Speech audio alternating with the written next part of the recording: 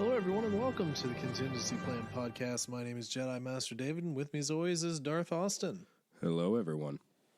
Well, man, we are actually back, and back to doing a TV show, the old television programming. That's right. Back to the week-to-week easy. I hate to say easy, but it is easy compared to going through a book. Well, kind of week to week. Yeah. I mean, kind of. It will be week-to-week, eventually. Yeah, eventually. So, we are here. We are gathered here today to go To complain through about Star Wars. to go through the phenomenon that is Andor. Yeah. Which Oh, everyone boy. already hates. You know what? Not really. Reviews have been pretty, at least, site reviews have been pretty good so far.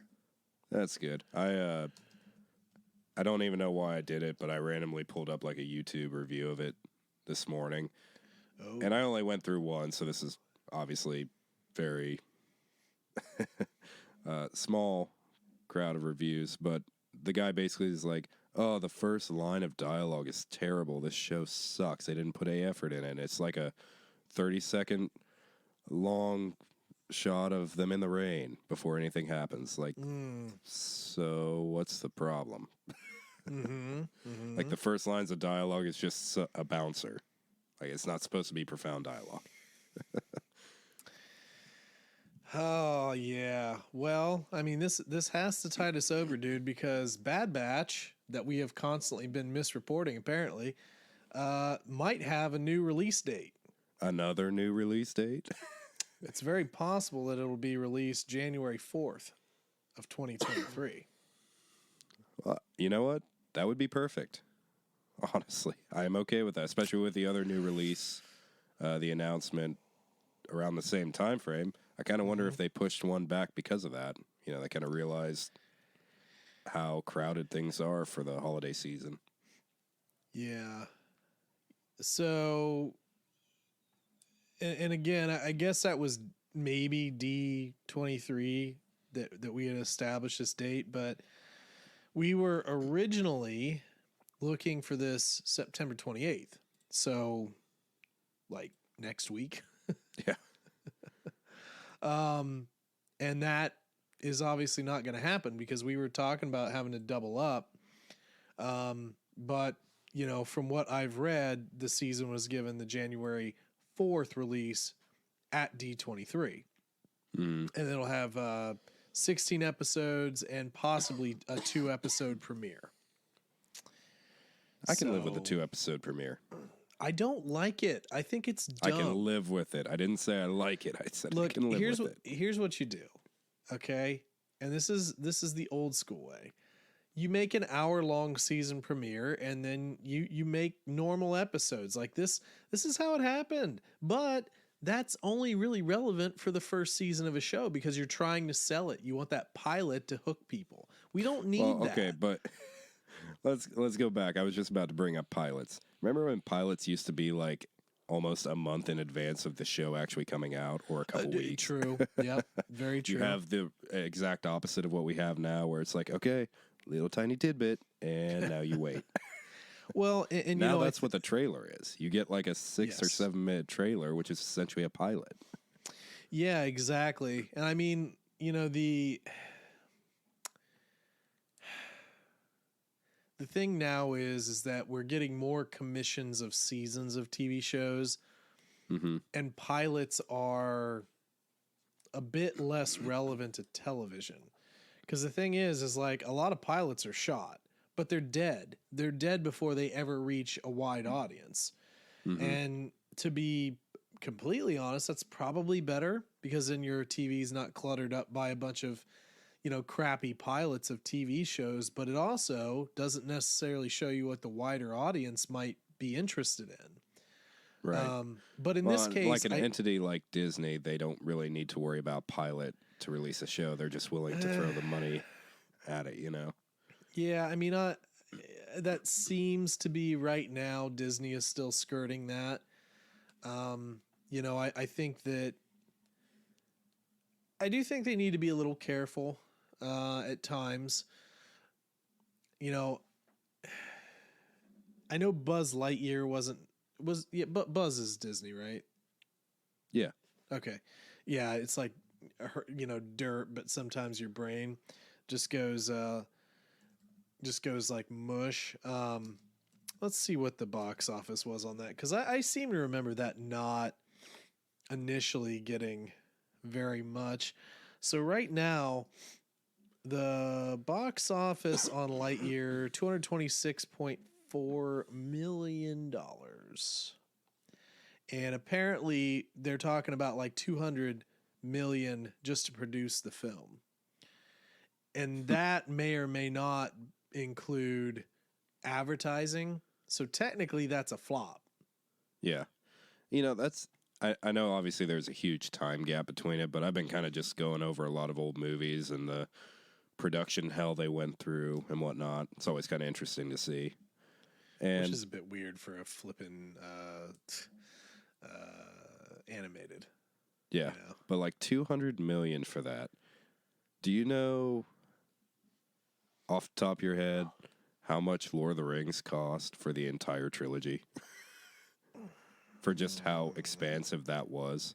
That was only 300 million. To make? For all three and all the years of pre-production involved. Oh, wow. And we have Buzz Lightyear almost hitting that for one movie. That's insane, especially with it being animated. You would think that'd be a little cheaper. Obviously, animation technology is always evolving and getting more expensive, but that's crazy. Well, movies are costing a lot more to make. Now, whether that's valid or not, I'm not sure. I don't necessarily know, because, like, for example, and now for the Amazon Prime Lord of the Rings update. Lord of the Rings, the rings of not Lord of the Rings. The rings of power that have no rings in it yet. So like that, I still say is visually stunning. In line with Peter Jackson. Absolutely. Well, I mean, like, not as practical, but crazy. No, but it's good. It overall, it looks really, really good. But we're talking about just ridiculous amounts of money on a TV, and in quotations, TV miniseries. I mean, that's what Hallmark did which is technically years, an adaptation because it's definitely not super accurate to the lore. Have you just watched contradiction videos of all the mistakes they make about their own lore? No, it's pretty bad. Yeah, I already know. I mean, I've had to look up a few things here and there, like, oh, this character, oh, nope, they were made up. Oh, what about this character? Oh, or they wouldn't have been alive in that era or that time. Yeah. I haven't watched today's episode. Or wait, I'm still behind. Excuse a bit. me. It's Thursday. Yeah, it doesn't drop until tomorrow. So yeah, I've watched. I am current. I think it's episode 4. Yeah, and tomorrow will be 5. So yeah. Okay, yeah, I'm like halfway through episode 4. Almost caught up with that and House of Dragon. Actually, I think I'm caught up on House of Dragon. Yeah, I still haven't entered House of Dragons yet. Eventually will. But, just to think about how much, Amazon floated out for a TV show, which I wonder what the ratings are on that right now. Bad. I don't know. It's more just people's opinions. I haven't looked at ratings personally. You know what they should have called it? Exactly what I mistyped this. Lord of the Rings of Power. Lord of the Rings of Power. Yeah, Lord of the Rings of Power. Funny. That would have been good. Just, So, yeah. Well, there's a lot of rumors of like Amazon bombing bad reviews and like taking down reviews and stuff. Well, of course they are. I mean, Rotten Tomatoes is, I feel more and more not a relevant site. I mean, we've kind of said this for a while. No offense to them. I just don't think they're relevant. 85 for the critic, 39 for the audience score.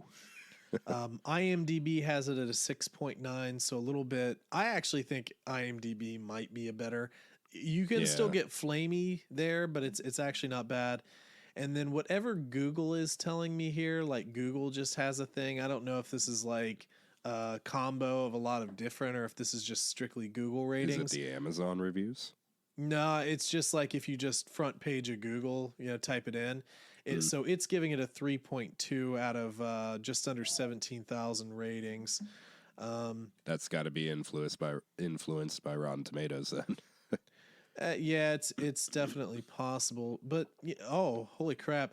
So there are 175,000 votes on IMDb or ratings. It's huge. I mean, this is something people have been waiting for a long time. Yeah, 175,000, and we're not even done with the season. Yeah, that many ratings. That's pretty crazy. It's a huge show. It's definitely huge. Yeah, but anyway, and that's probably why we're being so overly critical, because even with Game of Thrones, I've suffered a lot of, book to screen changes, and House of Dragon is pretty bad about it, especially with the timeline of Succession, with dealing with Viserys and his grandfather. I'm drawing a blank on his name. Sorry, but the timeline's a little screwy on House of Dragon. And timelines are not something that you should have difficulty with. No. Well, it's just a timeline. So, not to get into weird conversations, but I think maybe bullshit. I think one of the things they're struggling with is the fact that in the book, I always get her name wrong. I always pronounce it wrong. The Realm's Delight, our main character of House of Dragon. She still haven't watched it, so I don't know. Oh, you didn't read the book for that? I thought you read that book. Which one? Song of it's not song. It's Fire and Blood. Going over the Civil War. I have the book. I think I read some of it, but I don't think that I fully went through that now. Okay. So our main character in it, who's basically set up to be the queen, and it starts the Civil War, she's super young in the books, and there's a lot of sexual content. Yeah. And I think that the main reason they're struggling with the timeline is they don't want to go away from that because it's HBO, but they obviously can't have a super young-looking girl for that, so I think that's kind of screwed up their ability to do timeline properly. But the problem is it really ties into a few really important events in the book, and it just kind of screws some things up. Sure. Well, I mean, they have to be as PC as anything, though, to be fair. Well, and I mean, I'd agree with that. Yeah. They literally couldn't legally do it, so. No kidding. It was already weird enough watching, Arya grow up in Game of Thrones and then getting to see season 8. Oh God. So yeah, that was weird. That was the only one where I was like, whoa, let's didn't need this. It's like, let's calm it down here. Okay. Yeah. Let's not do that. Yeah. Season 8. Well, season 8. Whew, what a thing. Train wreck. What a thing to have happened. I'm doing a rewatch of Game of Thrones, so I'm really not looking forward to doing that again. To be honest, I wouldn't mind doing that. Maybe we'll start that Game of Thrones podcast and we can just start from the beginning. Screw that. I want to do the books. I want to go through the source material. Well, then we'll talk about that later, and then we'll do the Amazon Prime Rings of Power minute on the now untitled Game of Thrones podcast that we haven't started yet. And then we'll talk about the Game of Thrones podcast yet to be named on this podcast to promote it to our 5 fans that reliably watch or listen to our content. Yes, and in the opening, we'll review an episode of Deep Space Nine, which I still haven't started. Hey, I can just see Rings of Power. It's like, and on this week of this contradicts the Silmarillion in every way possible. Does Peter Jackson hate Amazon Prime? Oh, boy. Okay. All right. So that's it for the Amazon Prime minute. But yeah, it really the big point that we were kind of trying to make there is it does cost a lot to make a movie, but it doesn't seem like it needs to cost quite as much as they're doing. That's just me. But at any rate, there it is, and there it shall stay. So let's go ahead. That has to do with going into like, not to keep this you're good. dragging along, but like practical versus CGI and everything. I mean, what ends up costing more now with the technology being so proven, and it's not new anymore, but you still have to pay someone to do stuff that's, I mean, like in Lord of the Rings, again, going through a lot of production stuff, they paid 2 people to do nothing but make the chainmail armor for like 2 years of pre-production. Right. I mean, the thing is, that gets expensive. Correct. But even that stuff, there is editing and smoothing and all of that that goes on. Like, it's not like, it didn't happen then. It's just a lot of things were, as you said, done in a far more practical light. Right. That much is obviously true, but at any rate, that's that. So let's go ahead and move on to the second longest segment that we normally have on the podcast. How was your week? It'll be quick. Not great. I'm sick and I hit something with my car. Dude. Which car? Your car. Dang it. The poor I'm little blaming Honda. you for it, just like everything else. No, it's not total or anything. It was, there's like, it looked like a tote in the road, just like a plastic container.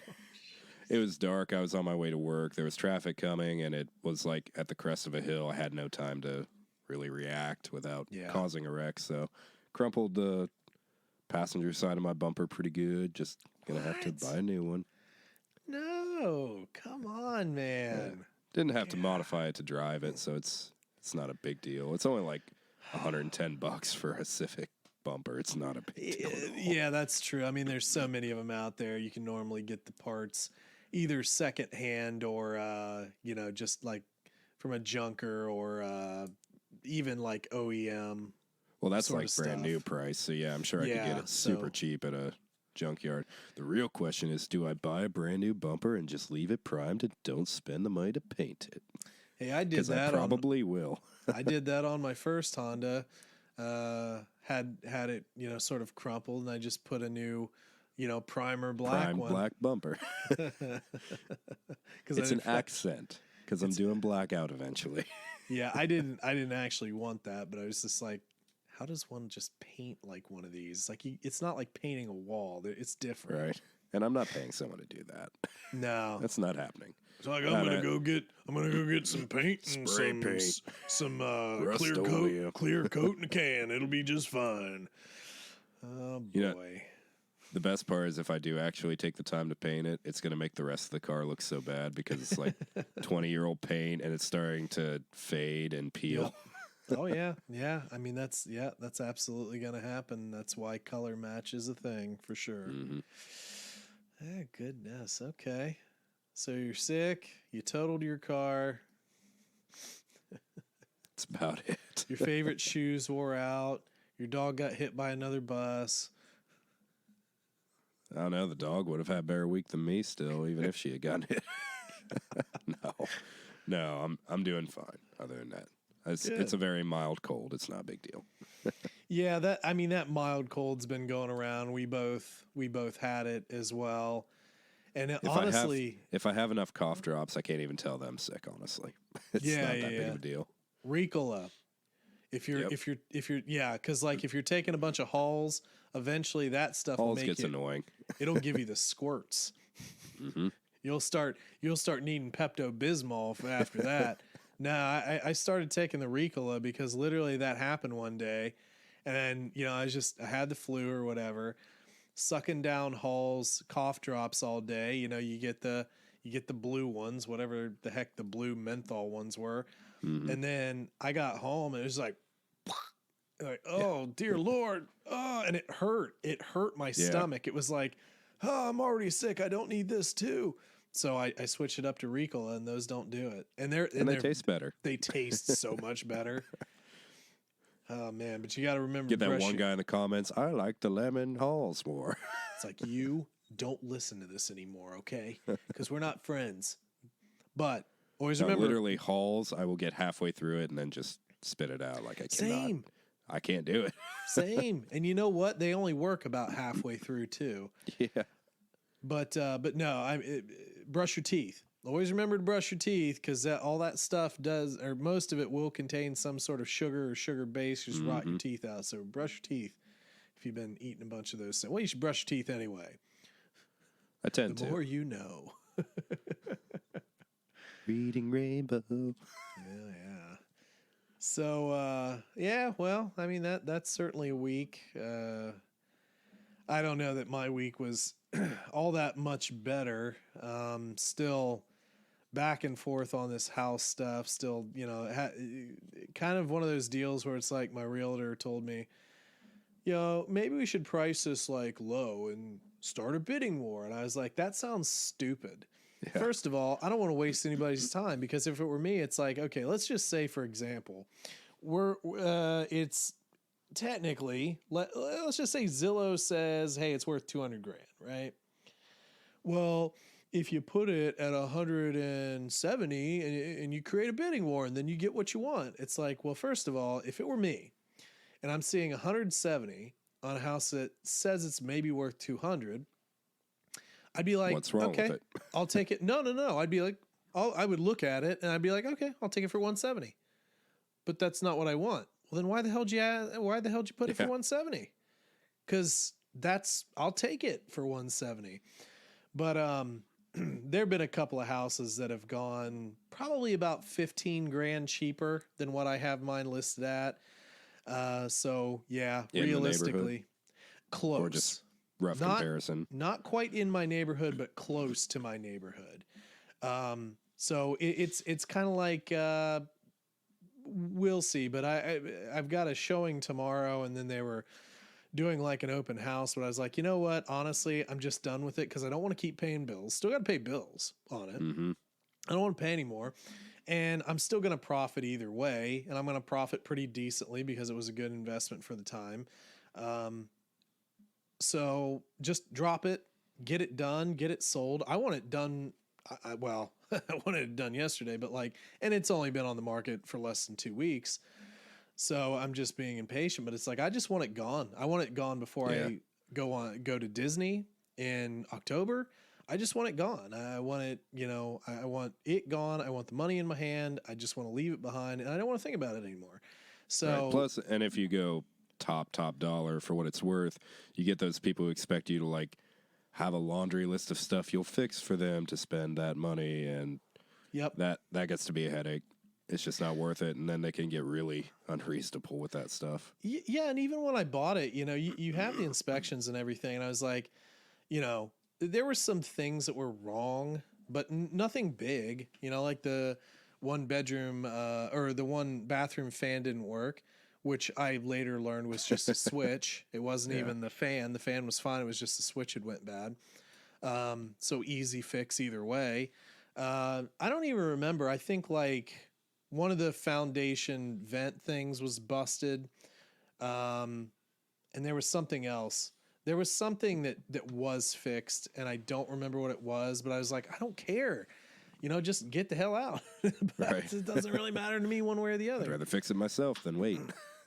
Well, and I wound up waiting anyway, which is why I got the house. But yeah,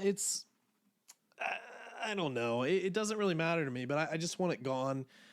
And yeah, so, today I sent the email. I was like, or yesterday, I was like, yeah, I think it's just time to drop it. And it's like, oh, well, I told you we should have done it on this. I was like, you better shut your bleeping mouth before I take your 6% and ram it straight up your keister, man. So anyway, you work for me. Well, it's not even just that. It's just like you stand to make money off of this. So sell it, right. Sell the thing so that you can make your money. Easiest time in how many decades to sell a house, Yeah. Well, anyway, so we'll see how that goes. But aside from that, a couple of just not sort of great-ish days. Are going to see the Ohio State-Wisconsin game on Saturday. so that should be nice. kind of fun. Yeah, not much else. Not much Something to look else. forward to for sure. Yeah. Well, there we go, All man. right. So the second segment that lasts about as long as the first. Ready to actually do our contractually obligated jobs. I do believe so. Get those Disney checks. Got to be very positive. So today, folks, we are going to go through episodes 1 and 2. Now, there were 3 episodes that released. I know that there was some timing stuff with yesterday that didn't quite work out. And I was just kind of like, I don't really want to discuss 3 episodes because we talk enough. So what we're going to do is do 1 and 2, and then we'll hit 3 and 4 next week, and then it will be single episodes past that as we go on down the line. But episode 1 called Casa, 41 minutes. Episode 2... Oh, sorry, go ahead. No, I was getting into the episode, so go ahead.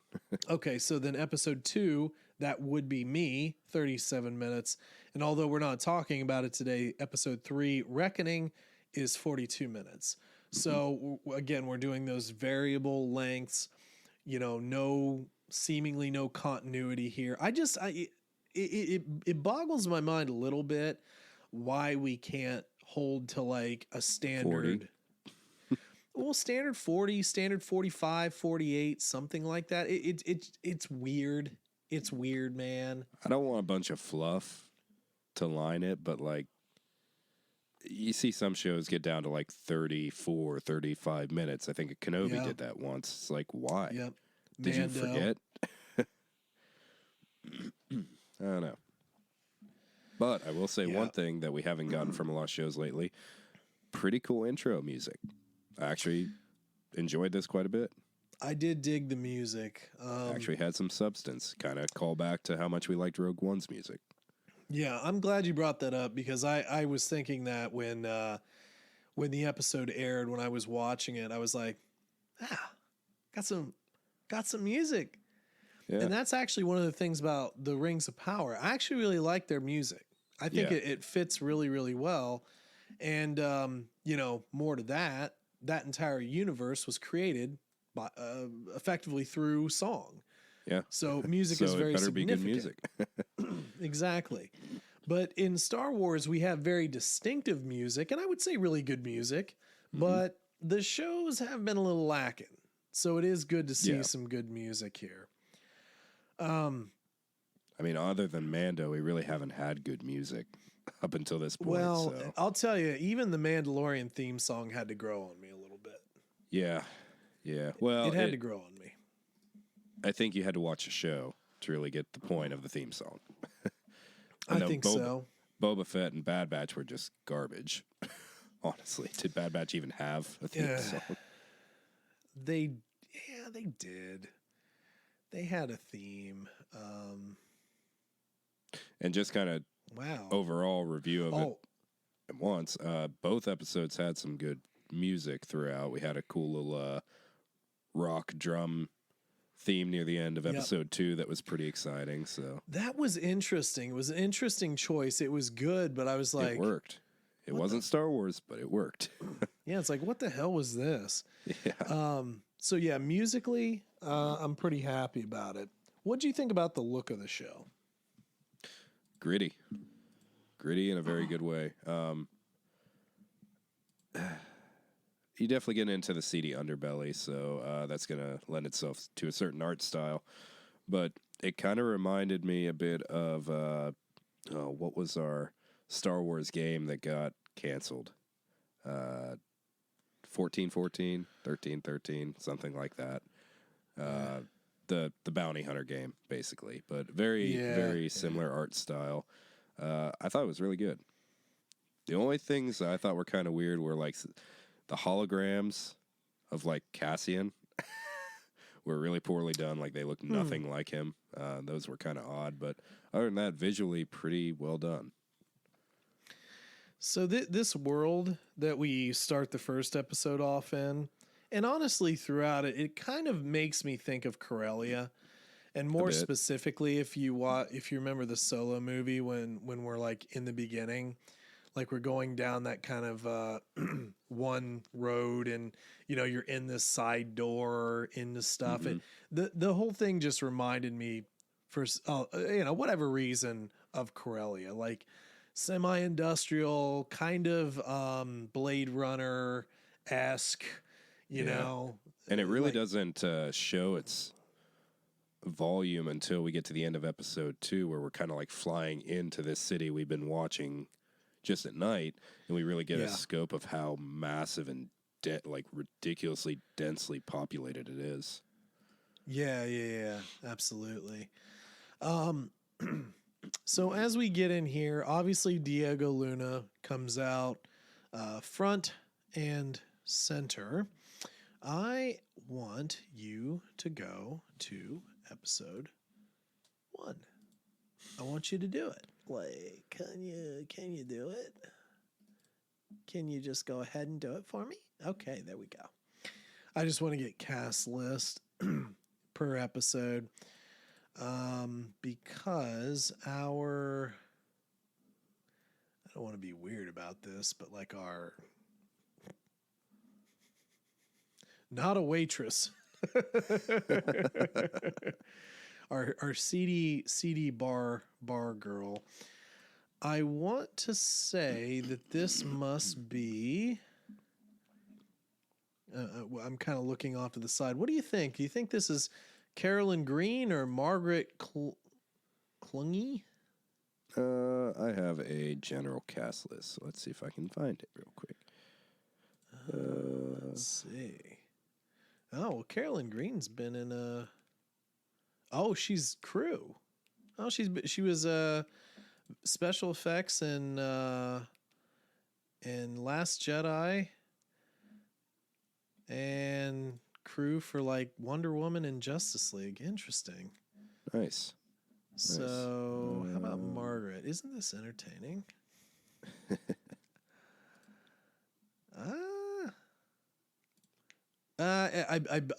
Okay. I think it's this Margaret. I wonder if that's like Clooney, and like the U is like Clooney. Right. Anyway, so I'm pretty sure, because they say like hostess. She kind of had that flat top, kind of like you're at house party or something like that. She has some credits here. She actually has quite a bit in the way of credits. Not much that I know, but she's been active in both film and television, so good for her. Good for her. Yeah, decent acting as well. Yeah, and you know what? Can we talk about acting? Because, like, I really enjoyed the acting in this show, like, a lot better than I have in some of the other ones. Yeah. I can't think of a weak actor in this show, to be honest. It's more organic than most of Star Wars. Like, this could be something other than Star Wars and still work. True. I mean, talk about the two guys who are kind of like harassing Andor at the bar. Yeah, very generic opening story, something we've seen a million times, but... looking for his sister, goes to this brothel. She was there, no name, all that good sort of stuff. A couple of dudes are hassling at the bar, and they follow him. I gotta say, one, I kind of like the brutality. Like, I'm not a sycophant, but it's above and beyond for Star Wars. It really is. He literally kills someone by breaking their nose, and then point blank shoots a guy to the face. Executes a guy. Yeah, someone begging for his life. That was the thing I was gonna say. Like, with the acting, I don't know if he would have screwed him. I think he legitimately I'm drawing a blank on the name of this this company that they're working for, but they're obviously all very self-centered people, and I could see him just screwing over his buddy to just get out of this alive. So it really lends to the acting, but yeah, you don't see this in Star Wars. You do not see a point-blank execution like this, other than like Revenge of the Sith Dooku. Yep. But the thing is like in the moment that he is literally, I'll just say he slipped and fell, and you know, blah blah blah, and it evolves. It evolves from, what'd you do? I can't get him up, to you killed him, to it was an accident. So fluidly. And the thing is like they went from the bullies to, I mean, the bullied. It's like, this is like the classic, you messed with the wrong person. Yeah. And it's like, you could see that this guy, you know, again, classic bully, they clearly don't like get it, but they're just trying to get a rise here. And I mean, he's like, he actually genuinely had concern for his friend that's now dead. Mm-hmm. And then his concern turns to himself, where he's like, oh crap, this doesn't stop with him. I'm next. Yeah, it's like, I'm a witness. I could finger this guy, you know. Hey, don't clip that. But I could tattle on him. And it's there's just obviously there's some reservations in Cassian to do this. You can see it without any actual dialogue. Yeah. You know.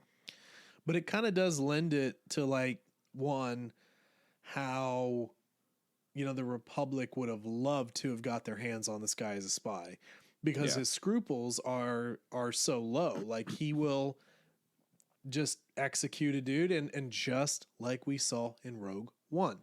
Yep. He didn't hate that guy, but he would have gotten caught. He would have been tortured probably. He might have given up Andor and the rest of them. You know, is it better to let the guy be tortured, or is it better, you know, tortured and killed, or just let him just slowly get executed? You know? I mean, it sucks, but like that's what war does to people. Like that's the dark Empire, part of war. You know, the Empire, unfortunately, even infects those fighting against it, because they have to be as brutal as them to survive. Yeah, and it was crazy, that scene though. And this scene perfectly ties in to the thing that I commented about after watching Rogue One. You carry your prison with you everywhere you go. Yep. We finally get to see the dark past that I wanted so bad. I've been fighting this war since I was 6 years old. Yep.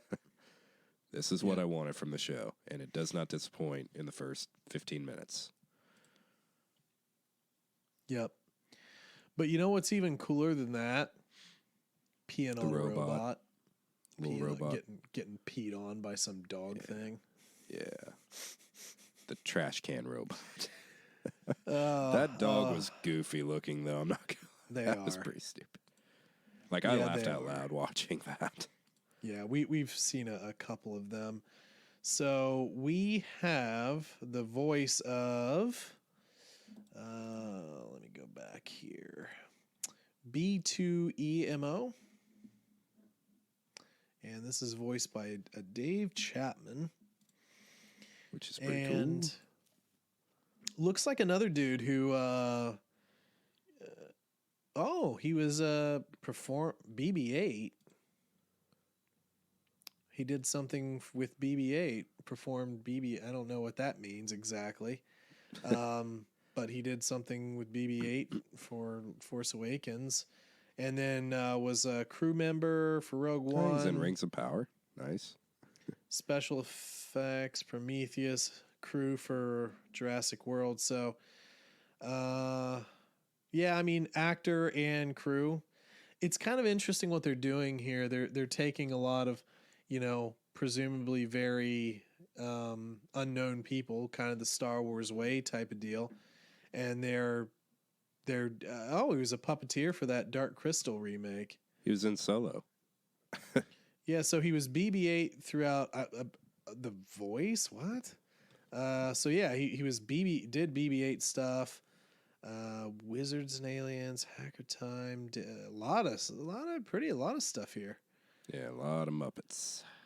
Yeah, so he's like a puppet dude. Muppet Treasure Island, 1996. Crazy. Which is, it's cool to see them get someone who's got this kind of repertoire. Obviously, he's, you know, a master at this craft, which, I mean, the robot's just okay. He's not like anything amazing. He is funny. Though. Yeah, it's fine. You know, obviously Andor kind of has an affinity for droids. You know, we see that with K2SO later on. But especially quirky droids, not annoyingly quirky either. Yeah, this one has a little bit of a will, but it's not crazy. It's like, can I come with you? No, get out of here, you little trash can. But then we kind of shift focus a little bit to him. What does Andor do? Does he go to work? Like they say, oh, we haven't seen you in a while. And it's like, he doesn't really work, does he? From what I get, he's just kind of like Rey. He just gets parts and sells them right now. Yeah. I did think that this, because we showed it like twice, the wall of gloves, like the workers' wall of gloves. That was kind of interesting. Like, out of all things, why would you hang those? Like, you can take everything else home with you, but you can't take the gloves with you. Yeah, just take the gloves with you. But anyway, he's always hanging around, but he doesn't really seem like he's working. And then we meet. Oh shoot! Let me go back here to the full cast list, because we also start to interact a bit with our, I don't know, would you call this kind of like would you call her a co-lead so far? I think we were kind of making this out. You're referring to Biz? Adria Arjona, so Bix Colleen. From what I've seen so far, I would say probably, yeah. Okay. And then we have her kind of like square-jawed boy toy. Old what is it? Rashi. Cyril Karin. Or no, not Rashi. That's his buddy. I'm sorry. Yeah. Mixed up. And his name is Kyle. Kyle Solar. All right, yeah. Kyle. Yeah, so anyway, so we kind of have this little storyline, but we also have another storyline. We have the flashbacks, of course. Well, not flashbacks yet, because yes, we technically have then 3 storylines. I was referring more to our kind of like investigator guy. Yeah, our Joaquin Jr. guy. God, the more I watched these 2 episodes, the more he reminded me of Phoenix. He does kind of have that look. What is his name? I'm not seeing him on the cast list, so he must like just look extremely different with the uniform. I wonder if it's this Noof Al-Salam or Al-Salim. That might. Let's take a peek. He's in most of the episode. I'm literally trying to like look at faces, because like the picture, his little headshot he's got here is like really very skinny face. Mm-hmm. Wilf Scolding. Who is Wilf Scolding? Why don't we know these things, man?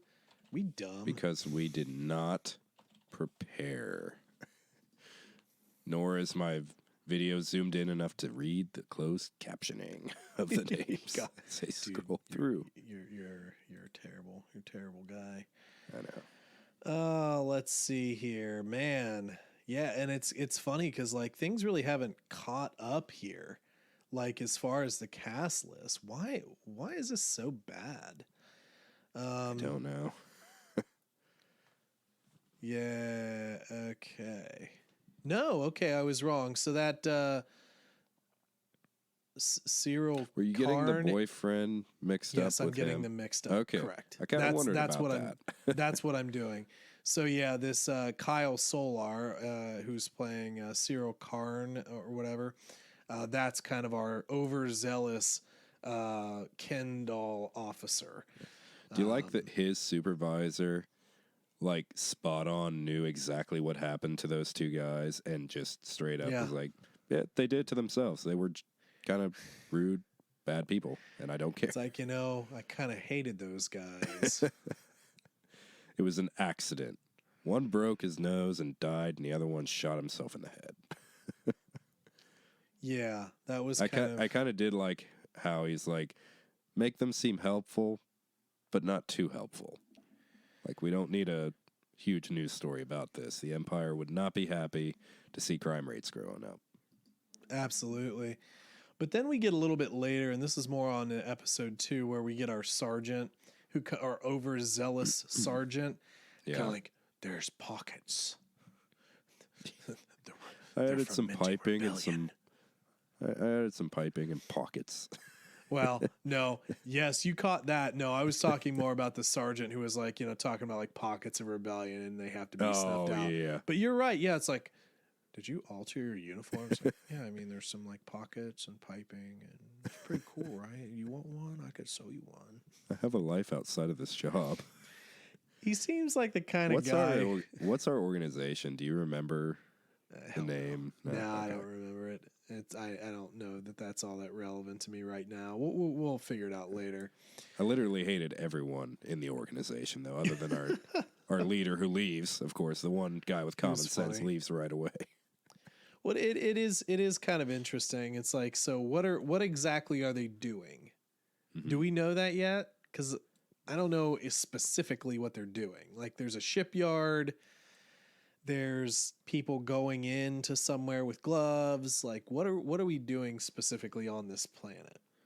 Well, it almost seems like it's setting it up as like a mining guild planet of some kind, which is also what Cassian's home planet. What is it? Canary? Yeah, Canary. Yeah, that's what that was before the great disaster they talk about. Was it his home planet? He lived was there it where the Lost Boys go? Maybe he was a lost boy. Mm-hmm. Didn't see any little fairies flying around or anything. Peter just never came back. That's right. He did. Okay.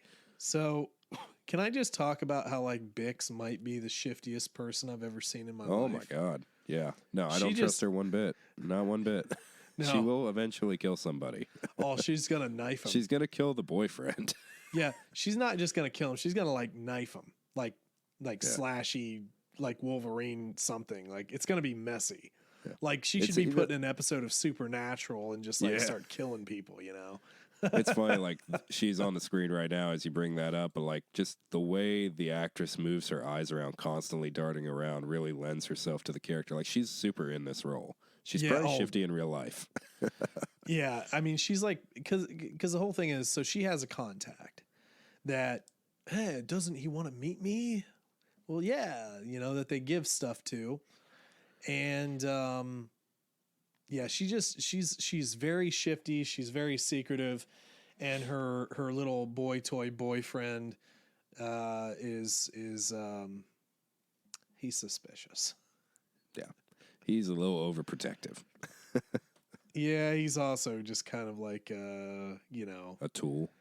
Yeah, well, I wouldn't say that. I would call him a simp. Yeah. That's what I would say. A very unconfident sort of simp. He's like, but I like Shifty Girl. You leave her alone, Cassian Andor, or I'll tell on you. It seems like every time you come around, she's mad. Every time, like, he comes around, her London bridges want to go down. Oh, my God. Well, honestly, just throwing it out there, it got kind of racy there a little bit in these episodes with that topic. I mean, a little bit for Star Wars, at least. There were some kisses, There was some bed. There's some awkward getting dressed. Make me coffee. It's like, oh, it's on. How long have you been staring at me? All night. I couldn't sleep. You were just so shifty last night. All right, you want to talk about shifting throughout the whole bed? I literally had no bed space. You were so shifty. You want to talk about Isle of the Lost Boys? Sure.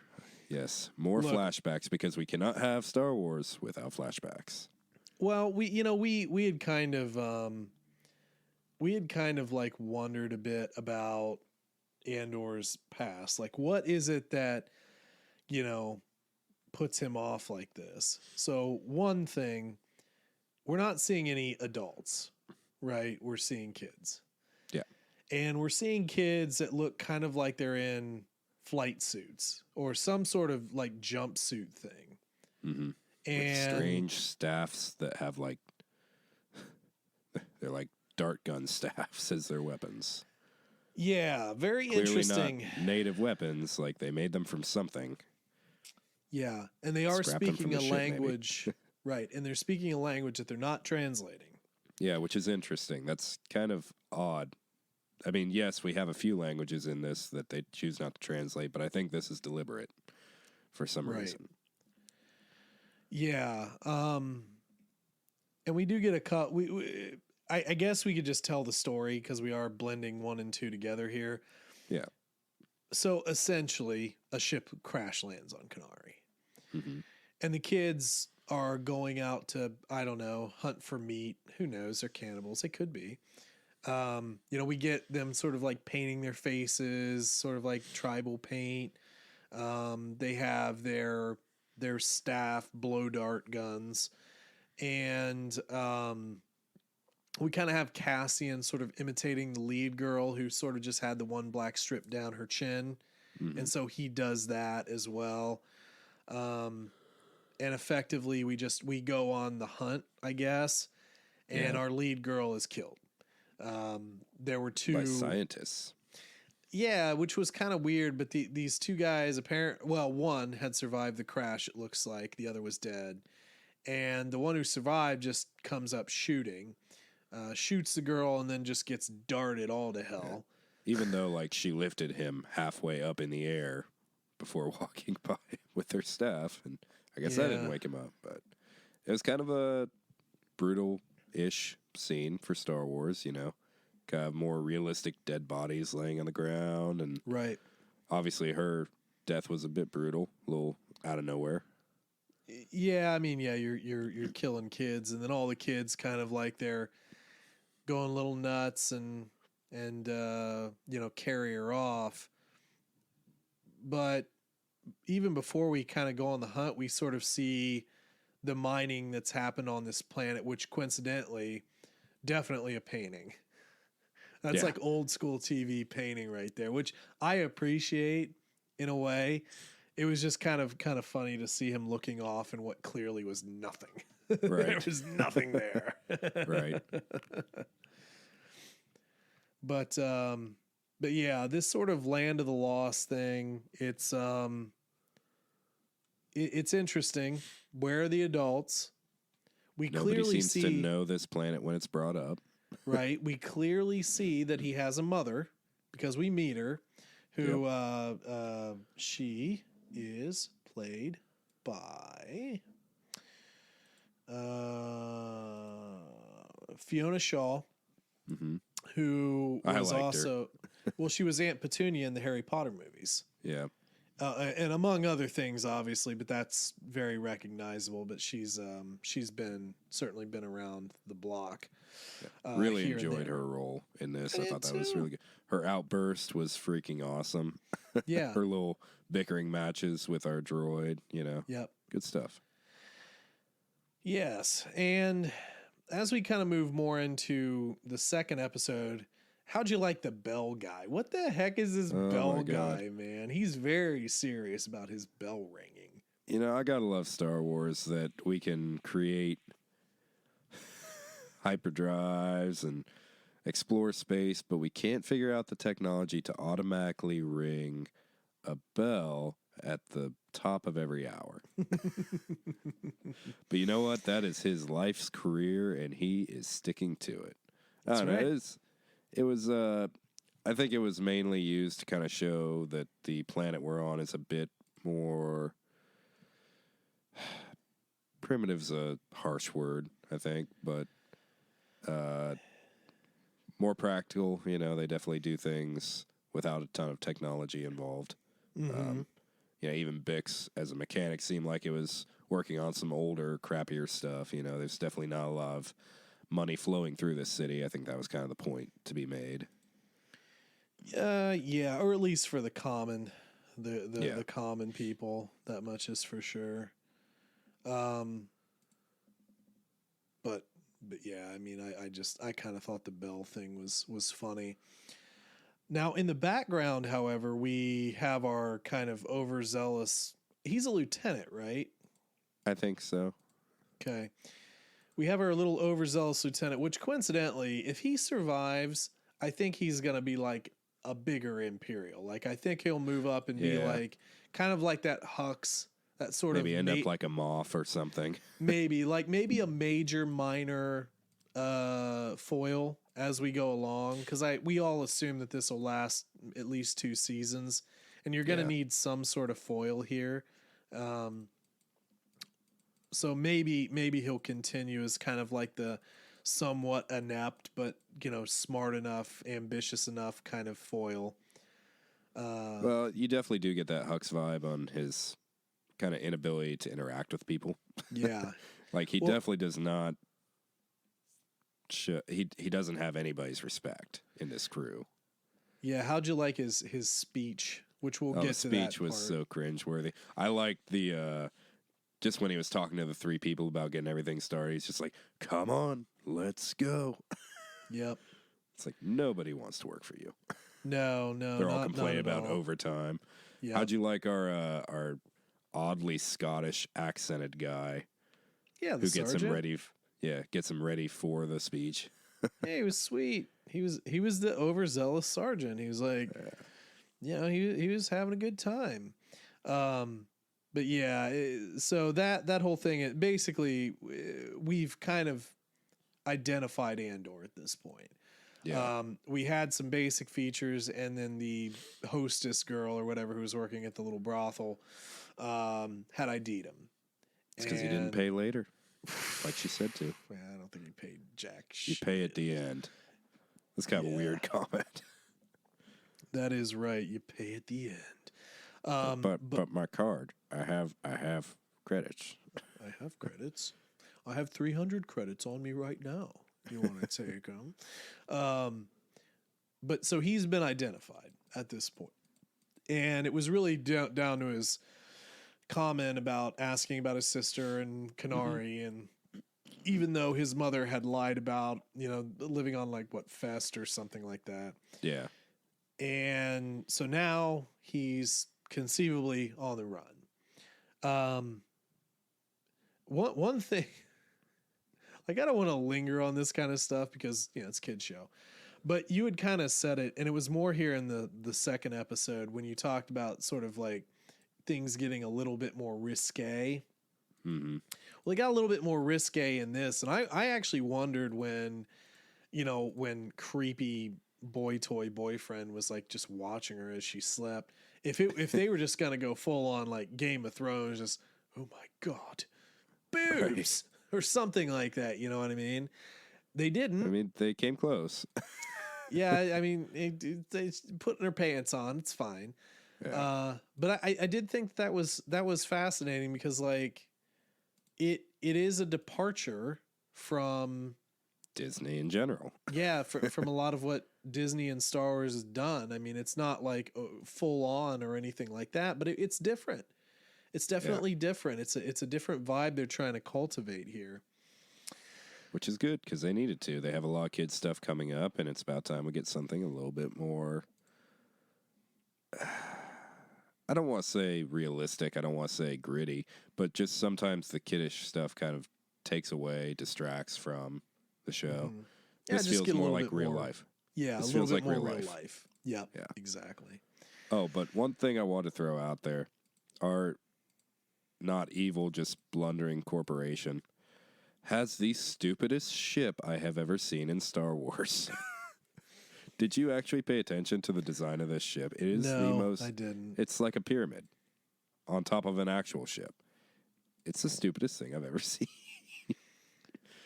Oh boy, I'm actually kind of trying to get there so I could see it again.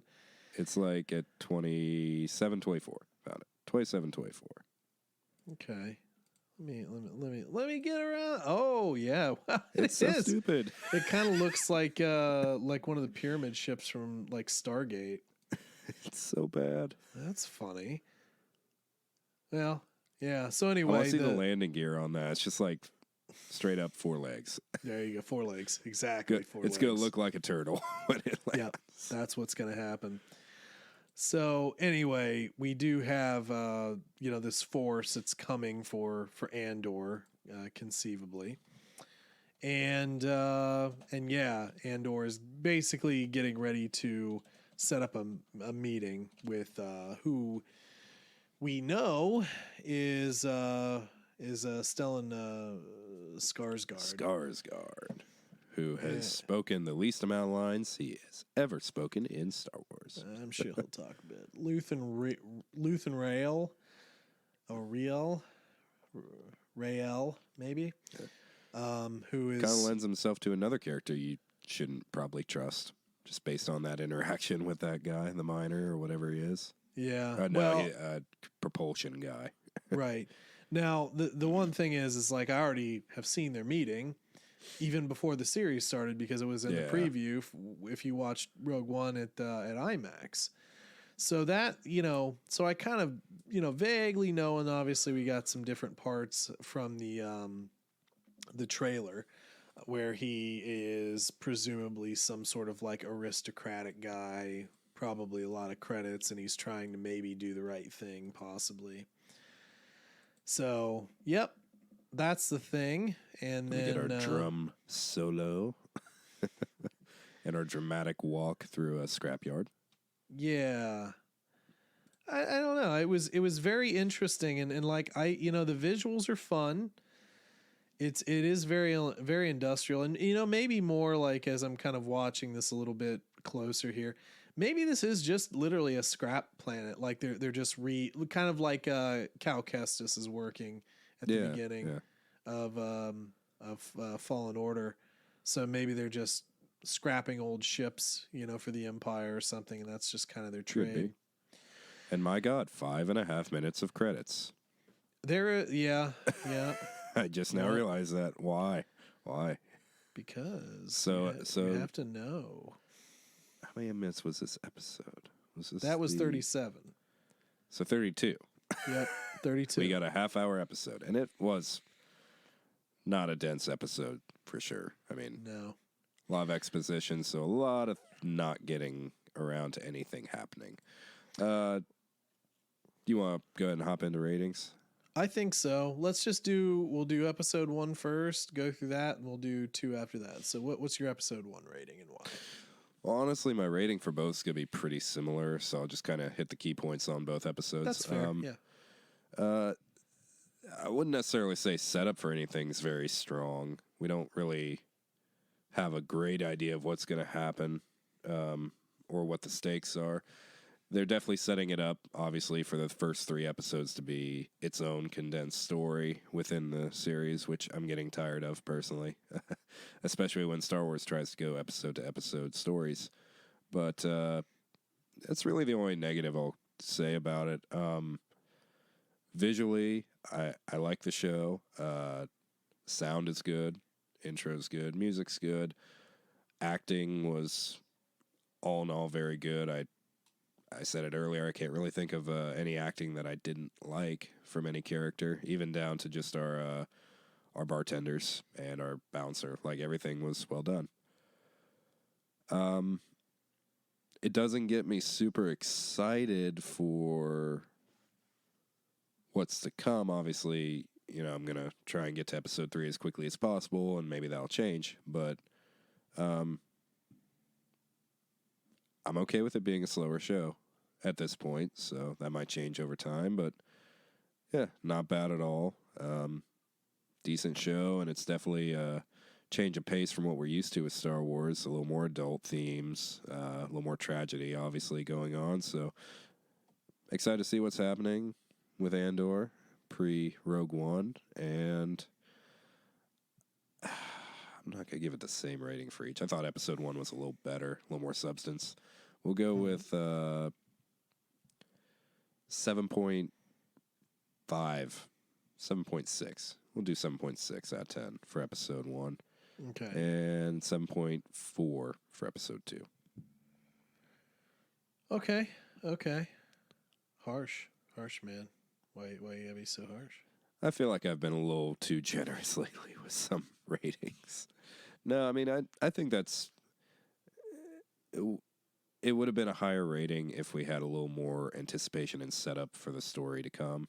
I understand we're only 2 episodes in, but when you have a 3-episode arc right out the gate, I expect a little bit more exciting things to happen when you just throw that all at me. Sure. And I mean, realistically, we're not talking about episode 3 today, so there might have been, some more that we could have plugged in there, but just strictly looking at these 2 episodes, that is I think fair. So for me, I'll say, one, I really enjoyed what we got. I like the direction we're going in here. I'm still a little bit blah about the way, Disney is choosing to structure series. I just don't understand why the fluctuating times and, it doesn't really hit as hard for me when they do that, because again, this just feels like you should have done a 1-hour entrance show and then you just get into your episodes and pick a length and stick with the formula. So it's definitely a little bit more free form, I suppose.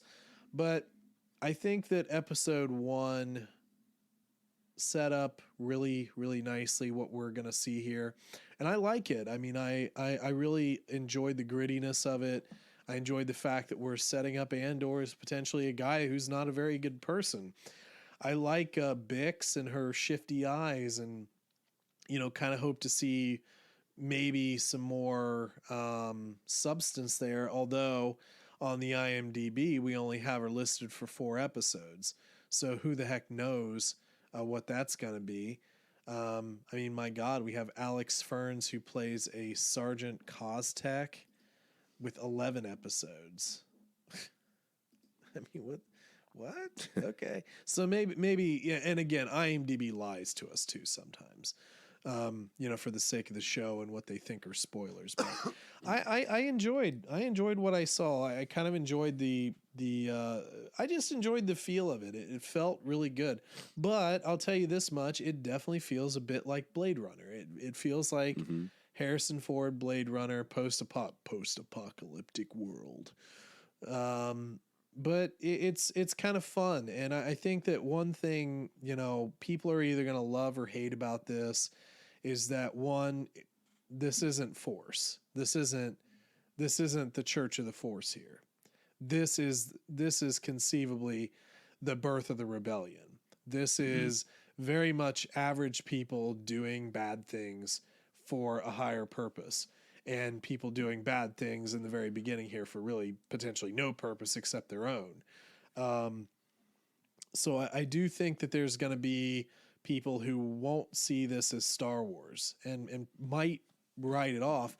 But like we said in the beginning, I'm really kind of fascinated because the scores are pretty good. Average tomatoes. Maybe that's what I should call it now.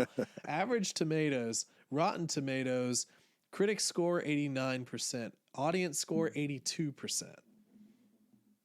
Is that for episode 1 or That's the series as a whole? For the series. They I don't know if they break that out like that, or maybe they do, maybe they don't. But anyway, I mean, oh, hold on. Here we go.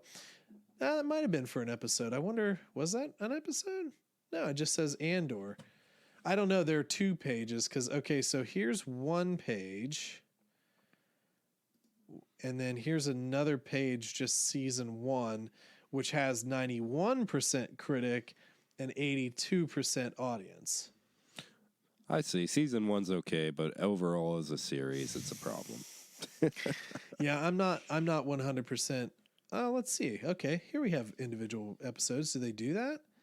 Just critic. They don't. Okay, They so just go with the whole series for. Well, no. They have individual episode scores, but it just looks like for now it's just the critics. Gotcha. So episode 1, 92%. Episode 2, 90%.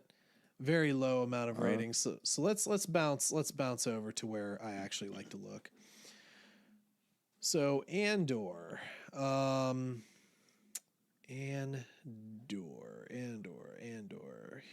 Oh, you jerk. I hate your site sometimes. So Andor as a whole, as a series right now, is carrying an 8.3. Episode 1, 7.5. Episode 2, 7.5. Get this, we're not even reviewing it right now, but just to create bias, Episode 3, 8.7. Ooh.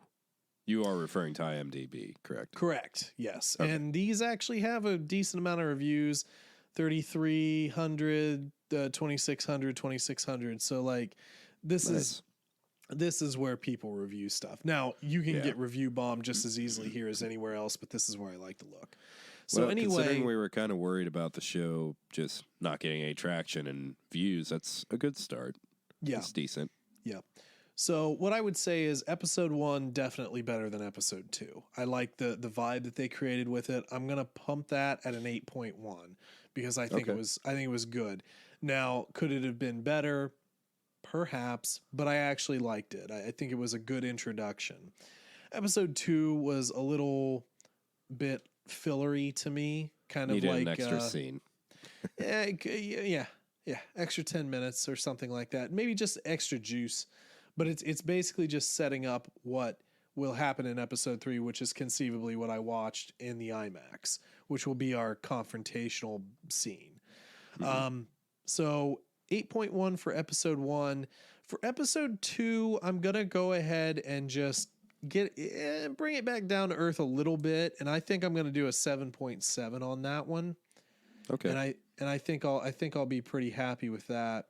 So, hey, you know what we should do for the very first time, and something that we've never done, dude. Hit record. Did you hit record? Oh no, I've been recording. I definitely looked. You looked. You looked. I definitely looked. No, what we're gonna do for the very first time is we are gonna create a sheet, and we're actually gonna track this. Oh my god. We're gonna do it. Don't contradict future us. No. We're gonna do it. Episode 1, 2. Hey, look, I'm doing it as we speak. We'll put Darth Austin. Hated it. Yeah, so no, this is good. This is good. So what did I give it? I gave it an 8.1 for episode 1 and a 7.6 for episode 2. What were your scores again? 7.7. You already forgot your score. It was 7.7. Okay, well, it's going to be 7.6 because I already wrote it down. All right, so what are your scores? I'll change mine to 7. Come on, what are your scores? It was 7.6 for episode 1 and 7.4 for episode 2. Okay, look at that. It's in an Excel sheet. I could probably even share this with you. I would say, because if you're going to call me out, I'm going to call you out on your next one. Yeah. So I'll work on that. When we're on episode 8, it's like, oh, I feel like I gave like episode 1 an 8.5. No, you didn't. Dude, I'm telling you, this could be the wave of the future. We could do retrospective so much easier here. I'll play with this, and maybe we'll put it online so that we can, or like Dropbox or whatever, so that we can take a look at it, update it, and all that good stuff, and then actually have something to reference later on down the road. Now, if only we had done that with Rogue One. You should just throw that up top and try to remember your score and put it on. I don't know. We can go back. We can just do it again. I mean, who cares? It's our show. So folks, look, that was episode 1 and 2 of Andor. We will be back next week for episodes 3 and 4. And then back to normal. Yeah. Hopefully you enjoyed the premiere here, and also the episode. Be sure to, let us know. Let us know what's up in your world. So, at TC Plan Podcast, Twitter, Gmail, Twitter, Facebook. I'm zapped today. Or you can send us an email to tcplanpodcast@gmail.com. Just for the interaction, let us know what you thought of these episodes, because we actually would love to hear from you. But yeah, what else? Anything else we need to talk about before we roll out? I do believe we are ready. All righty. Well, we are going to go ahead and roll out. Time for Browns and Steelers. That's right. We've got an important football game to watch, so hopefully you enjoyed. Pre-season. But there we go. But that is it for this week, so y'all have a good rest of your week. And as always, may the Force be with you.